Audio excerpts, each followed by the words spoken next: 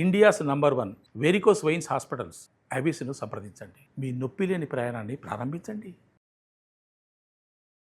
నమస్కారం గురుగారు. నమస్కారం అండి. గురుగారు, ఇక శ్రావణ మాసంలో శ్రావణ సోమవారం, మంగళవారం, శుక్రవారం, దాంతోపాటు శనివారం, శ్రావణ శనివారం. ఈ శ్రావణ శనివారం రోజు ప్రతి ఒక్కళ్ళు కూడా ఏమేమి పనులు చేయాలంటారు, ఎలాంటి పూజాధికాలు చేయాలంటారు, ఎలాంటి దైవారాధన చేయడం వలన వాళ్ళకి జీవితంలో మార్పులు వచ్చే అవకాశం ఉంటుందంటారు అన్న విషయాలు తెలుసుకోవాలనుకుంటున్నామండి. శ్రీమాత్రే నమః, శ్రీ గురుభ్యో నమః, మహావిష్ణవే నమః.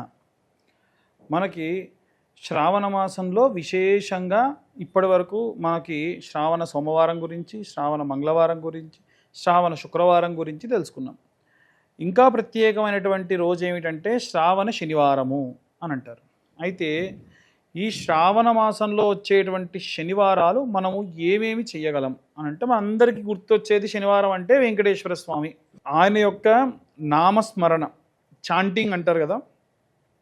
ఓం నమో నారాయణాయ నమః అన్న మంత్రం కానీ, ఓం నమో భగవతే వాసుదేవాయ నమః అన్న మంత్రం కానీ ఎంత వీలైతే అంత చేయండి. లేదా ఒక జపమాల, తులసి మాల లాంటిది తీసుకొని, లేదా కరుంగలి మాల లాంటిది తీసుకొని 108 సార్లు జపం చేయండి.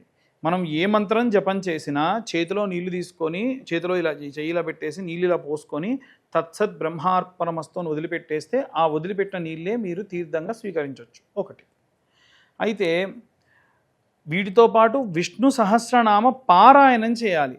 పారాయణం అని అంటే 11 మార్లు, 108 మార్లు, అంటే ఉన్నటువంటి 4 శనివారాల్లో కూడా ఈ 4 శనివారాలు కలిపి 108 సార్లు విష్ణు సహస్రనామ పారాయణం చేసేట్టుగా ప్లాన్ చేసుకోండి.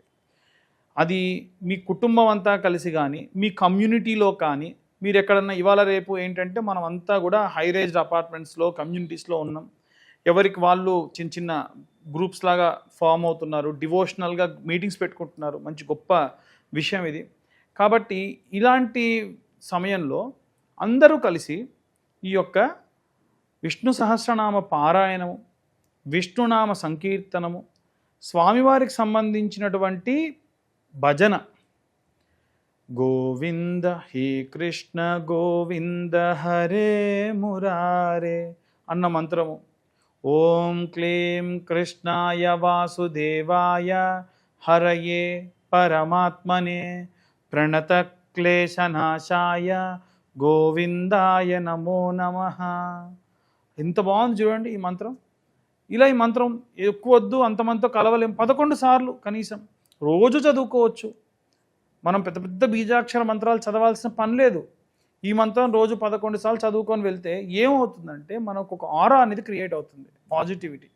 దానివల్ల మన ఎదుటివారు చెప్పేటువంటిది నిజమా అబద్ధమా, తను ఏం మాట్లాడుతున్నాడు, ఎంతవరకు అక్యురేట్గా మాట్లాడుతున్నాడు, దానివల్ల మనం ఏమి గెయిన్ చేయగలము, మనం ఈ పని చేయాలా వద్దా, వెళ్ళాలా వద్దా అనేది తెలిసిపోతుంది. కొన్నిసార్లు మనం గౌరవం ఇచ్చి అక్కడికి వెళ్తే మనకి ఏమంత బాగా జరగదని అనిపించినా తెలుసుకున్నా అలాగే వెళ్తాం. వీటన్నిటికీ కూడా ఈ మంత్రం చాలా సహాయపడుతుంది. కాబట్టి వీలైనంత వరకు కూడా ఈ మంత్రాన్ని అందరూ డైలీ కూడా పఠించవచ్చు. ఒకటి. ఇంకా విశేషంగా ఏం చేసుకోవచ్చండి అని అంటే స్వామివారిని దర్శించుకోవడం. ఒకప్పుడు ఇంట్లో పూజ చేసుకోవడం, ఇంట్లో పూజా గది ఉండేది. అది ఎంతవరకు చేయాలో అంతవరకే చేసి ఇమ్మీడియట్గా ఏం చేసేవాళ్ళయ్యా అంటే వారు దగ్గరలో ఉన్న దేవాలయానికి వెళ్ళేవాళ్ళు. వెళ్ళిపోయి దేవాలయంలో స్వామివారిని కూర్చొని అక్కడ జపం చేయడం, అక్కడ మంత్రం చదువుకోవడం ఇలాంటివి చేసేవాళ్ళు. ఎందుకంటే దేవాలయంలో విపరీతమైన కాస్మిక్ ఎనర్జీ ఉంటుంది. అది మనకు ట్రాన్స్ఫర్ అవుతుంది, మన ఆరా పెరుగుతుంది, పాజిటివిటీ పెరుగుతుంది, పాజిటివ్గా మాట్లాడడం, పాజిటివ్గా థింక్ చేయడం, మెంటల్ టెన్షన్స్ లేకపోవడం ఇవన్నీ కూడా పెరుగుతాయి. కాబట్టి వీలైతే దగ్గరలో ఉన్న వెంకటేశ్వర స్వామి దేవాలయానికి కానీ, లక్ష్మీనారసింహస్వామి దేవాలయానికి కానీ వెళ్ళండి. దీని వలన కూడా విశేషమైన సత్ఫలితాలు ఉంటాయి. లక్ష్మీనరసింహస్వామి దేవాలయానికి వెళ్ళినా, వైష్ణవాలయానికి ఎక్కడికి వెళ్ళినా లక్ష్మీనరసింహస్వామికి సంబంధించినటువంటి మంత్రాల్లో భాగంగా ఓం ఉగ్రం వీరం మహావిష్ణుం జ్వలంతం సర్వతోముఖం నృసింహం భీషణం భద్రం మృత్యుమేమామృతం అనేటువంటి మంత్రం ఉంటుంది.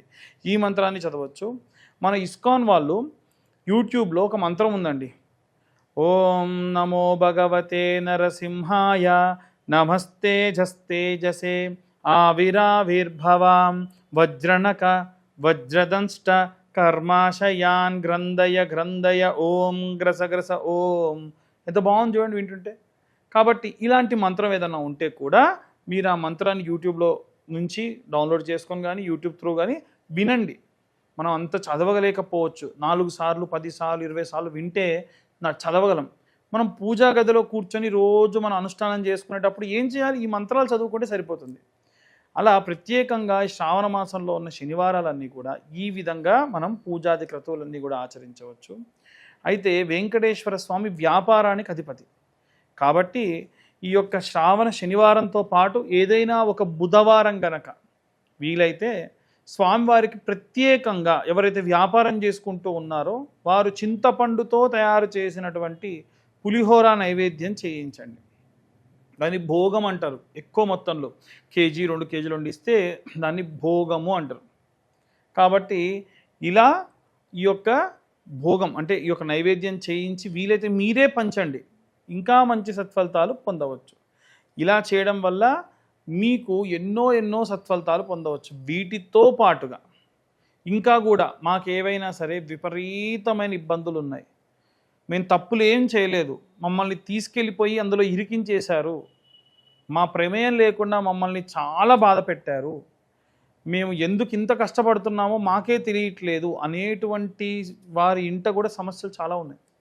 అలాంటి వారు సుదర్శన హోమం అని ఉంటుందమ్మా, మహాసుదర్శన హోమం. ఆ సుదర్శన హోమంలో ఉన్నటువంటి మంత్రములు కూడా చాలా శక్తివంతమైన మంత్రాలు ఉంటాయి.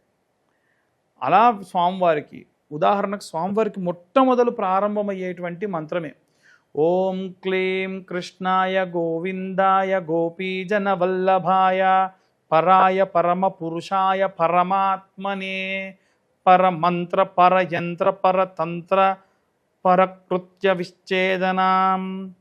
ఇలా అంటే స్వామివారికి సంబంధించినటువంటి ఓం క్లీం కృష్ణాయ గోవిందాయ గోపీజన వల్లభాయ పరాయ పరమ పురుషాయ పరమాత్మని పరకర్మ మంత్ర యంత్ర తంత్ర ఔషధ అస్త్రశస్త్రాన్ని సంహర మృత్యోర్మోచే ఆయుర్వర్ధయ అపమృత్యోర్భయం నాశే దీర్ఘాయుష్మతీం కురు మహాసుదర్శనాయ దీప్త్వే జాలాపరీతాయ సర్వదిక్షోభనకరాయ ఓం ఫట్ పరబ్రహ్మణే పరంజ్యోతిసే నమో నమః.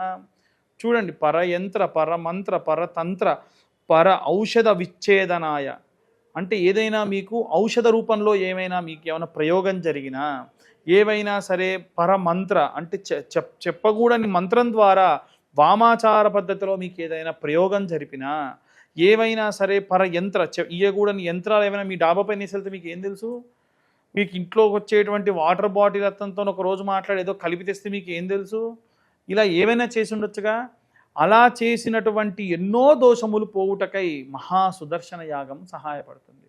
ఈ విధంగా మీరు సుదర్శన యాగం చేసుకోండి, చాలా మంచి సత్ఫలితాలు ఉంటాయి. మేమే స్వయంగా స్వామివారి అమ్మవారి కళ్యాణం చేసి కూడా ఈ యొక్క సుదర్శన యాగాలు చేస్తూ ఉంటాం. ఆసక్తి కలవారు కింద ఉన్న నెంబర్ కాల్ చేయొచ్చు. నాతోనే పూజ చేసుకోనని నేను, మీకు తెలిసిన వాళ్ళు కూడా ఉంటారు, మీ దగ్గరలో ఉన్నటువంటి అర్చక స్వాములను సంప్రదించి కూడా మీరు ఆచరించవచ్చు. ఖచ్చితంగా ఈ యాగం చేసుకోవడం వల్ల మహాసుదర్శనం అంటే ఆయన యొక్క చేతిలో ఉన్న సుదర్శన చక్రంతో ఉన్న కష్టాలన్నీ విచ్ఛిన్నం చేసి మంచి సత్ఫలితాలు ఇస్తారు. కాబట్టి అందరూ కూడా ఈ విధంగా యాగాన్ని జరుపుకోవాలని కోరుకుంటూ ఉన్నాను.